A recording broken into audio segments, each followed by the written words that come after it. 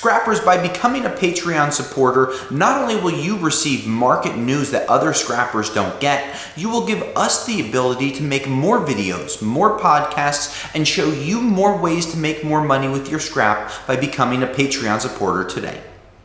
Hey Scrappers, it's Tom from the iScrap app, and we are so happy that you're joining us for another episode of Scrapulator. If you have not followed our podcast through Apple or Spotify, please make sure you do so you always know when new podcasts are coming out. In today's episode, we are going to talk about your scrap receipt at the yard, what it means, and different things that you can look for so you know if you're getting paid fairly and your tickets get explained in a more user-friendly way. Well, I have a sample of a scrapyard ticket that I printed out. I'm just going to show you it real quick. And when you look at it, you can see a couple of things. You can see the commodity, you can see the gross weight, the tear weight, the net weight, the price, and then the total amount paid. Now, when you have these different things, you should be looking at all of them and not just how much money you got paid. And that's one of the problems that we've seen at our yard in New Jersey. When people leave, they have questions afterwards because they're more concerned about getting the money than they are checking their ticket. So hopefully this will give you a good idea. Now, a couple of things to keep in mind. Gross, tear, and net.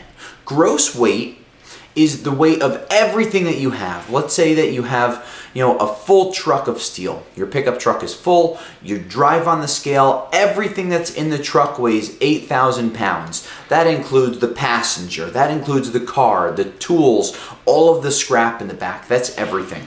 Okay? That's your gross. A tear weight, that would be you driving to the yard, throwing everything out, getting back in the pickup truck, driving on the scale, and then tearing out. That's the phrase, tearing out. That means that you're in the car, your tools are in the car, but all of the scrap is now gone. That's your tear weight. Your net weight is exactly by taking your gross, subtracting your tear. That's your net weight, and that's the amount of material that you had in your truck. Now, generally, if you drive on a truck scale, it's going to be rounded to the nearest 20-pound increment. But if you're unloading it on a hand scale, like a 4x4 floor scale, you'll expect to be down to the pound. Now, it's important to know about the gross, the tear, and the net, because if you see a deduction on there, you might want to ask a question. Now, at Rockaway Recycling, we have a different line item for deductions, and let me explain. A deduction could be a 5-gallon bucket, a plastic pail, a cardboard box, a Gaylord box, a dumping hopper, or any type of vessel that was meant to have scrap put into. We like to put different deductions on there so the customer knows that they had a steel rack. And it might have a gross weight of 500 pounds, a deduction of 100 pounds for a steel rack, and a net weight of 400 pounds.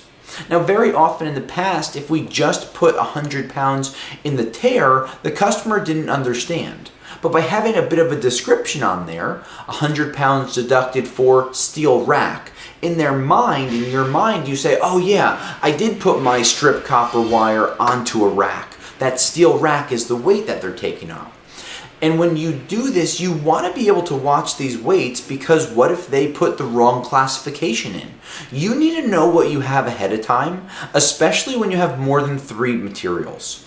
If you have 3 materials, you can look at your receipt relatively quickly, know what you had, and it makes it simple. But if you have 3, 4, 5, 10 materials, now you might have things where you have Bear Brite on the top and it's a 7th item because you forgot a box. So now you might be a little confused. So you might want to take a scale, use it at your house, and make your own receipt, your own packing list, if you will. In the scrap world, when we ship stuff out, we make packing lists, and those packing lists include everything that's in that truck or on that flatbed or in that dumpster. So if you make your own packing list, you don't have to share it with the scrapyard, but at least you know that you have 27 pounds of sheet aluminum, 18 pounds of number 2, 112 pounds of motors. And by having these written down, you can compare these to your scrapyard.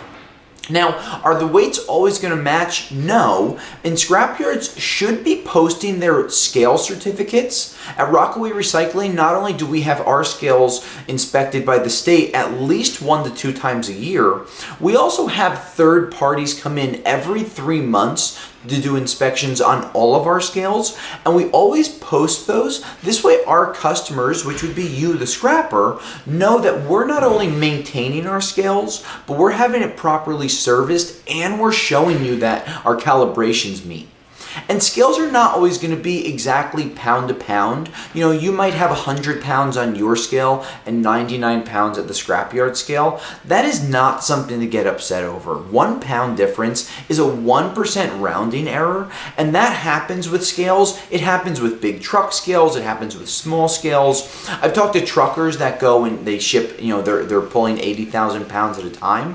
When they go over the truck scales, if they pull out at 80,040 pounds, they're not going to get any type of a fine because the DOT generally gives a little bit of a buffer of 0.5%, so a couple hundred pounds. That could be something as simple as the scale's different than the one before because it was just calibrated a little different. You could have had more fuel in your truck before or after. So there's little ones. So if you had 85,000 pounds, that's not going to be a rounding error, right? So if you weighed stuff at your house at 100 pounds and your scrapyard put it in at 85, well, that's not a rounding error, that's a problem. And by buying a scale and tracking things at your house, you don't have to track every item, but you definitely want to spot check your scrap yards. And we love when customers come here and tell us, hey, we have 629 pounds of copper. And when our scales come in at 629 or 630 or 625 and we're that close, there's never a problem because there always has to be a little,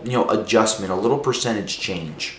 So things that we recommend: watch the weights. Watch your scrap yards weighing your material. You should always have visibility of the scales, whether it's a truck scale or a floor scale.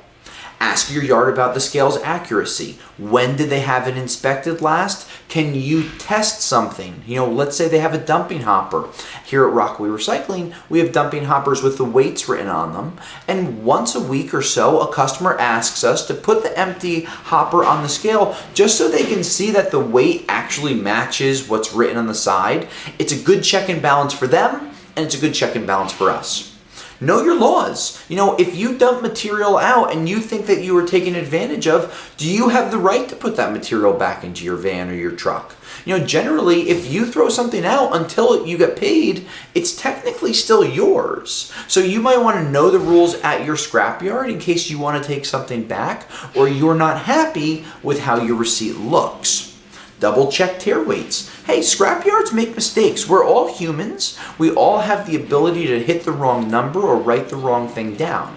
So check your tickets before you cash it out, because one of the biggest things that you can think about is once you cash out and you walk out the door, it's much harder to fix that problem because your scrapyard is already onto the next transaction. Your material's into a pile and it gets lost, and now you might have to haggle and go back and forth, and that's the opposite of what you want. Check the math. Now, this receipt was done with a computer, but what if your receipt was handwritten? You might have the math wrong, and if you have a handwritten receipt, you could be getting gypped, or the scrapyard could be overpaying you. And if you ever have been overpaid and not returned the money, there's a really good chance that when the scrapyard catches that mistake, you could have a police officer or the scrapyard calling you asking for that money back, especially if it's more than $50. Check deductions. If it's the middle of the winter and your scrapyard puts an ice deduction, was it on there properly? Was it 10 pounds, but they wrote 100? Watch the numbers because little mistakes could cost you big dollars. Check your materials is one of the last things that I'm going to tell you. Make sure that you know what you have before you go, and by writing and documenting it, it could take 2 minutes, if that. You could make a note on your smartphone. Hey, I have 100 pounds of sheet, 50 pounds of number 2, 12 pounds of brass. So now you compare your notes to your scrapyard's notes, and that just gives you one more ounce of confidence or problem before you leave. And really, 2 more things I guess I can add in here. Don't cash out until you look at your ticket. Do not cash out until you look at your ticket. Because if there's a problem, it's always better to catch it before you get paid than after you get paid. And when all else is said and done and you're still confused, ask your scrapyard to explain the tickets. If they don't do it, Hop on the iScrap app, find a new scrapyard that will. Scrappers, this is Tom from the iScrap app, and hopefully we were able to give a little more clarity on different things on what to expect when cashing in at your yard, looking at your ticket, and knowing what you're looking at. Any other questions, let us know, but until next time, I'll scrap you later.